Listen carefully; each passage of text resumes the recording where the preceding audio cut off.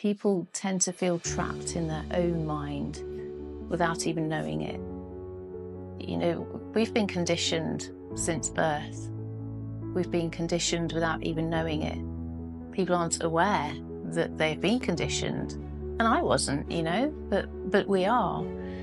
We are taught from very early ages how we should or shouldn't behave. We're taught what's right or wrong, what's good or bad. And we don't really get a say in that, because children know and assume that what they're taught and what they're seeing, what they're experiencing from their peers, their caregivers, their parents, that is the way to survive. That is how it is. That's how everybody thinks it is. It's how it should be. And we haven't had that experience ourselves to make our own decisions and make our own choices. So everything is passed down through generations. So we have cultural influences, environmental influences. Children are subject to, sounds harsh, but subject to certain traditions, religions, many things that are great in so many ways, but in some situations they're not, and they can be harmful. People come to me and they are just so confused about life and they don't know who they are anymore. They're abiding by the labels they've been given, and all of these influences you put onto that social media pressures, financial pressures, career pressures, relationship pressures. There's so many things. We're expected to be a certain person. We're expected to be who people want us to be. And I think a lot of people have lost their voice and are just living by a script that wasn't written by themselves, it was written by the people before them. So my job, or part of my job, is to help them find themselves again. People are starting to say, well, who am I? It's as if they've lost themselves, or they don't even know who they are. They don't know who they're meant to be. They don't know, it's like, what is the point kind of thing. People get to that point. What is the point of me being here? I don't get it. I'm stressed, I'm depressed, I'm anxious. I do help people to find themselves again by questioning the conditioning or the label they've been given. Questioning, was that right for me to be taught that? Do I agree with that? Is that right for me? Do I need to take this career path? Am I doing this for my parents? Am I doing it because I'm scared of not having enough money? Am I doing it because my friends did it?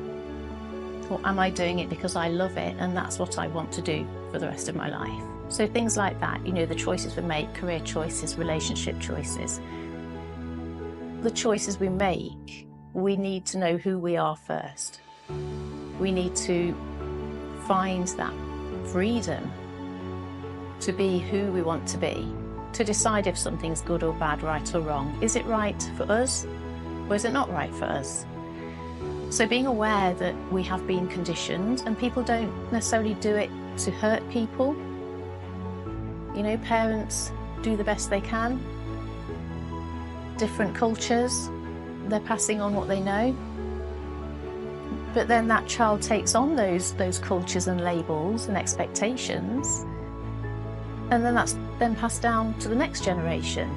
But if people are unhappy and they're wondering, who am I? What's the point of life? I'm not enjoying myself. Then we need to kind of cut that cycle a little bit.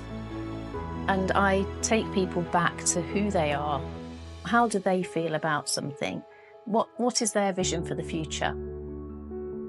What do they want to be doing in 2, 3, 5 years' time? If they had no ties, no chains, no collars on, if they could just do anything they wanted to do, what would they choose to do? And then we can look at why they're not doing it and look at the chains, the ties that are holding them back. And yes, it does come down to that conditioning. So, you know, most conditioning labels, they're not all bad, but also people need to understand that they have a right, it's their birthright to make their own choices, to make their own decisions, and to live a life of freedom and joy and happiness. They deserve that. Everybody has a right to it. So to help people to find that sense of self-worth, self-esteem, confidence, believe in who they are, trust themselves, trust their instinct, trust their intuition, then they're more aligned then in life. You know, they feel the energies that are right for them and the ones that aren't right for them, and they allow themselves to go with those energies that are right for them in their lifetime. And then they tend to be happy. And the confidence and the freedom, it comes from a source energy rather than a forced energy because they're under pressure. So yes, again, working with the subconscious mind, it's so powerful in helping to eliminate anything that's holding them back, or recognize, realize conditions, laws, rules, labels that have influenced their life that no longer serve them.